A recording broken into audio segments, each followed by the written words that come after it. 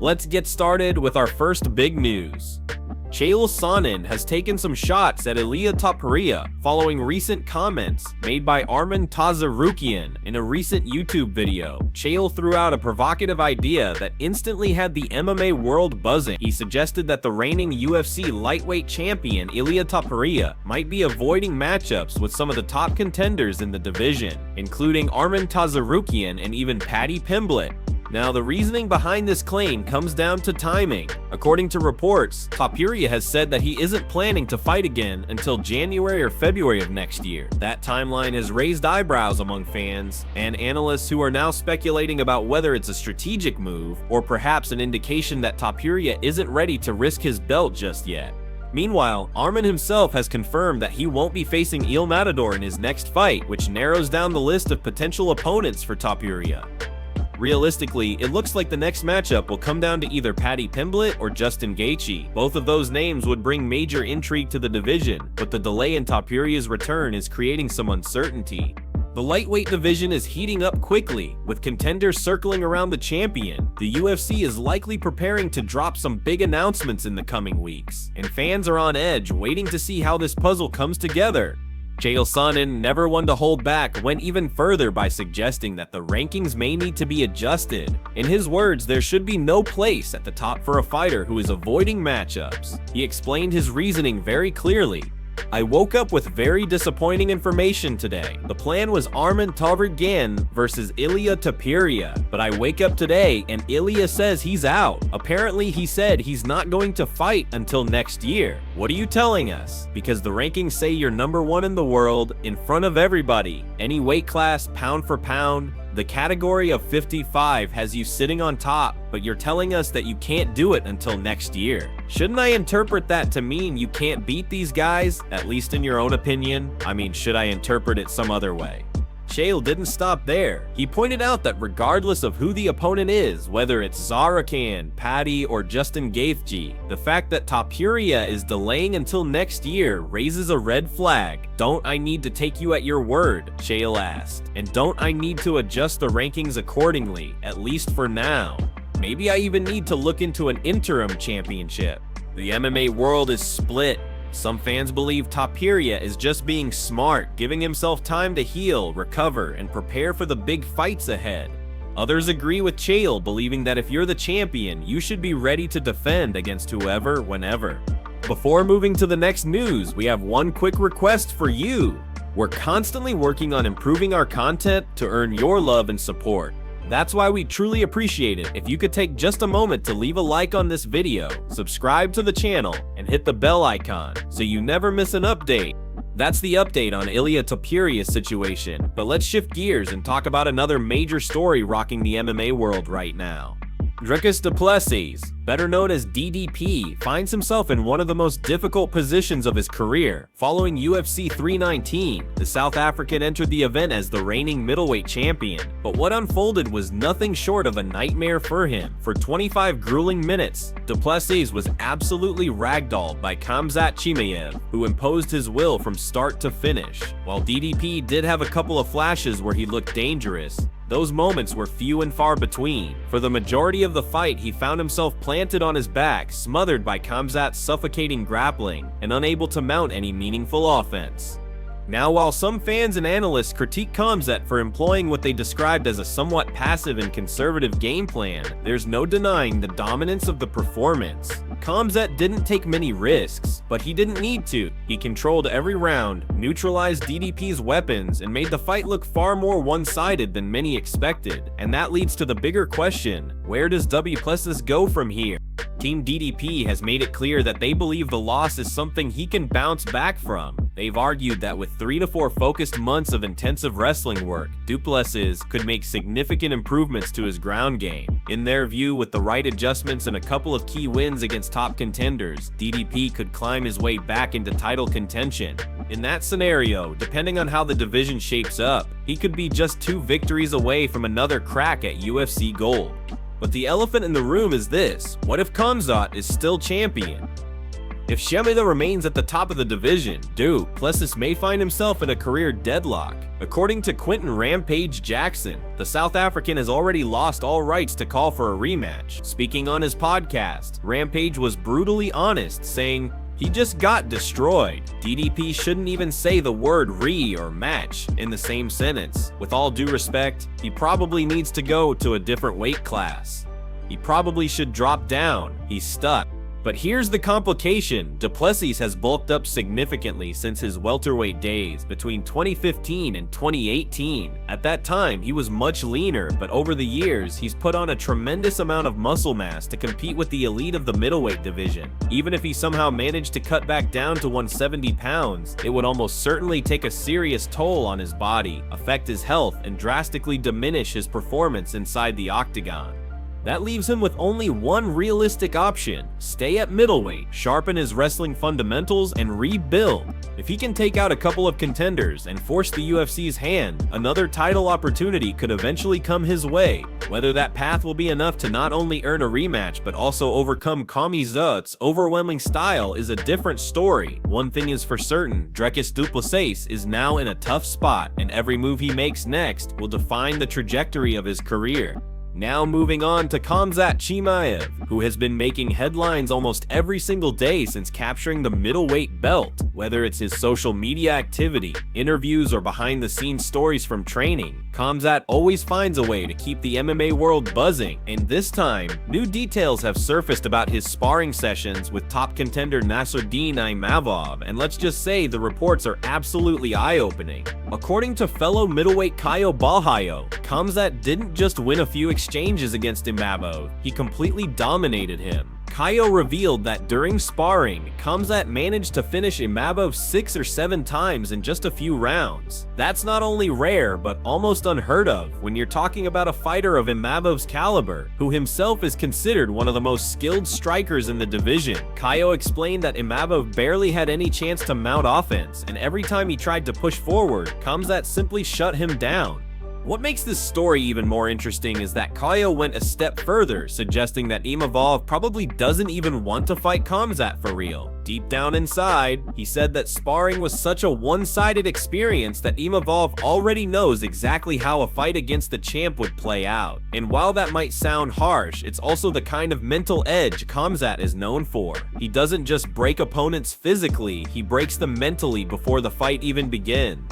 To add a funny twist to all this, footage also surfaced of Caio Borralho himself getting choked out by Khamzat in training. Caio laughed it off and admitted maybe he isn't the best person to be criticizing others, considering Khamzat made quick work of him too. Still, his testimony only strengthens the argument that Khamzat really is operating on another level compared to the rest of the division. It's worth mentioning that Imavov has never denied Khamzat's abilities. In fact, in past interviews, Imavov openly admitted that Khamzat is incredibly strong, relentless, and tough, a fighter you simply cannot underestimate. He described him as the type of opponent who overwhelms you with pressure, strength, and unpredictability, making it nearly impossible to settle into your rhythm. And now, with Caio's sparring stories, those words hold even more weight.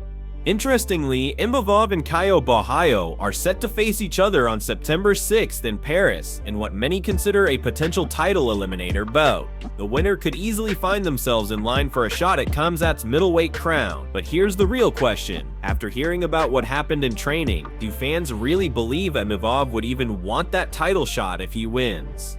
Because stepping into the cage against someone who finished you multiple times in sparring is not just a physical challenge, it's a psychological mountain to climb. The bottom line is this: Khamzat Chimaev continues to prove that he's on another level entirely, not just inside the octagon on fight night, but also behind closed doors in training. Every story we hear, every clip that surfaces, only adds to the legend of a fighter who truly might be the most dangerous man in the middleweight division today.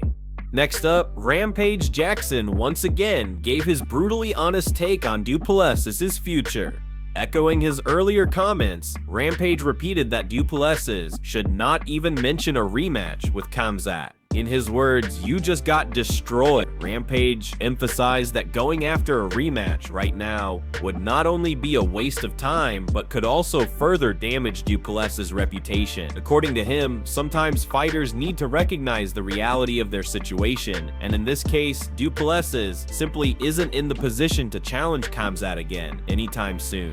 Rampage went a step further by suggesting that, with all due respect, DDP probably needs to drop down to a different weight class, because in his view, he's stuck. He pointed out that the middleweight division is now dominated by a dangerous force like Khamzat, and Du Plessis may find himself in no man's land if he continues to pursue the same path. Rampage has always been known for his unfiltered takes, and this was no different. He didn't sugarcoat a single word. Now, the real problem here is something we've already discussed before. Du Plessis is simply too big at this stage of his career to make the cut to welterweight. His body has grown into the middleweight frame, and forcing a drop down could come with serious risks. Not only could it affect his cardio and strength, but it might also compromise his overall health in the long run. Fighters who try to drastically change weight classes later in their careers often struggle, and DDP knows this reality better than anyone. That means, realistically, his only real path forward is to regroup, sharpen his tools, and fight his way back up through the middleweight division. It won't be easy, especially with killers like Sean Strickland, Jared Cannonier, and others still lingering around, but that's the grind of being an elite fighter. If DDP wants another shot at the top, he has no choice but to put in the work, rebuild his momentum, and earn his way back into contention. Still, Rampage's comments have ignited heated debates all across the MMA community. Some fans believe DDP still has what it takes to bounce back stronger than ever, pointing to his toughness and resilience as proof. Others agree with Rampage, arguing that he might truly be trapped in a division now ruled by monsters like Khamzat. Either way, the spotlight remains on Du Plessis, and everyone is watching to see how he responds. But speaking of Khamzat, let's switch gears to Islam Makhachev. During a recent press conference in Russia, Islam was asked directly about the possibility of facing Khamzat Chimaev. As expected, Islam handled the question with his usual calm and composed demeanor. He didn't jump into any trash talk or create unnecessary drama. Instead, he played it cool and said that he doesn't want any conflict with Khamzat or his people. However, Islam didn't completely close the door either. He left things open with a short but powerful response, "We will see."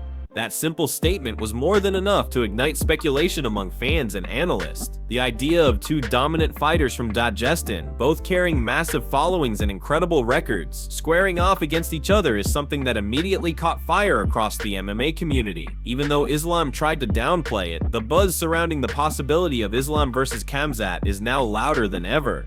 Adding more fuel to the fire, Islam went on to show nothing but respect for Khamzat's recent performance. He praised Khamzat's dominant win over Dricus Du Plessis at UFC 319, acknowledging his countryman's strength and skills inside the octagon. It was a classy move from Islam, reminding everyone that while there may be speculation of a future clash, there is no bad blood between the two.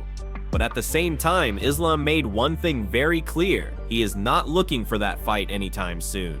Instead, Islam revealed what truly excites him at this stage of his career: the idea of a super fight against Ilia Tapuria at lightweight. That single revelation completely shifted the conversation. Fans immediately began buzzing about what could potentially be one of the biggest fights in MMA history. A matchup between Islam Makhachev and Ilia Tapuria would be absolutely massive. You're talking about two undefeated champions, both in their prime, both dominant in their respective division. Tapuria's rise at featherweight has been nothing short of spectacular, showcasing his brutal finishing ability and confidence. On the other hand, Islam has cemented himself as one of the most complete fighters in the lightweight division, combining world-class grappling with ever-improving striking. The clash between these two would not just be another fight, it would be an era-defining showdown. Fans are already imagining the build-up, the stakes, and the history that would come with it. If the UFC can make this fight happen, it has the potential to go down as one of the biggest super fights of all time. Now, shifting over to Leon Edwards, who just confirmed that he's targeting a November return to the octagon. Leon made it clear that his goal is to fight on one of the biggest stages possible, Madison Square Garden, and he wants to share that card with the highly anticipated showdown between Jack Della Maddalena and Islam Makhachev. As for who Leon will face when he returns, nothing has been finalized yet, but several names are already being discussed. Joaquin Buckley is one of the frontrunners, and his explosive style could make for an exciting clash. Another option is Michael Morales, a young and undefeated contender who's quickly making waves in the division, and after his huge victory over Jeff Neal, Carlos Paredes wasted no time in calling out Leon, making it clear that he wants the chance to test himself against one of the division's biggest names. Of course, there's also the possibility of a showdown with Ian Gary, and that matchup would be absolutely massive. Two top-level fighters from the UK colliding in Madison Square Garden would bring an entirely new level of hype, not just for British MMA fans, but for the global audience as well. What makes this return so compelling is that Leon has admitted his motivation is stronger than ever. He's had his fair share of setbacks recently, but instead of letting them derail his career, he's using them as fuel to come back better, sharper, and more determined than before. Fans are wondering if this November fight will be the one that re-establishes him as a true title contender, someone who can once again push his way into championship conversations. When asked about his prediction for the upcoming fight between Jack Della Maddalena and Islam Makhachev, Leon gave an honest answer. He admitted it's a tough one to call. On one hand, Jack is the bigger man and has proven that he can scramble and keep fights competitive against strong grapplers. On the other hand, Islam's world-class wrestling and relentless pressure have been a nightmare for just about everyone who's faced him. Leon summed it up by saying that it's one of those fights where anything could happen, but he'll definitely be watching closely. That's the beauty of the UFC, nothing is guaranteed, and every fight carries massive implications. Leon's return in November adds yet another intriguing layer to what's shaping up to be a blockbuster end to the year. So, to recap the wild state of MMA right now, Chael Sonnen has accused Ilia Tapuria of avoiding fights. Rampage Jackson insists that Dricus Du Plessis should never even mention a rematch. Khamzat is reportedly destroying top contenders in sparring. Islam Makhachev is chasing a super fight with Ilia instead of Khamzat, and now Leon Edwards is preparing for a high-stakes comeback at Madison Square Garden. The MMA world is absolutely buzzing right now. Drama, rumors, and speculation are everywhere. And if the last few weeks are any indication, the next few months are going to be absolutely insane.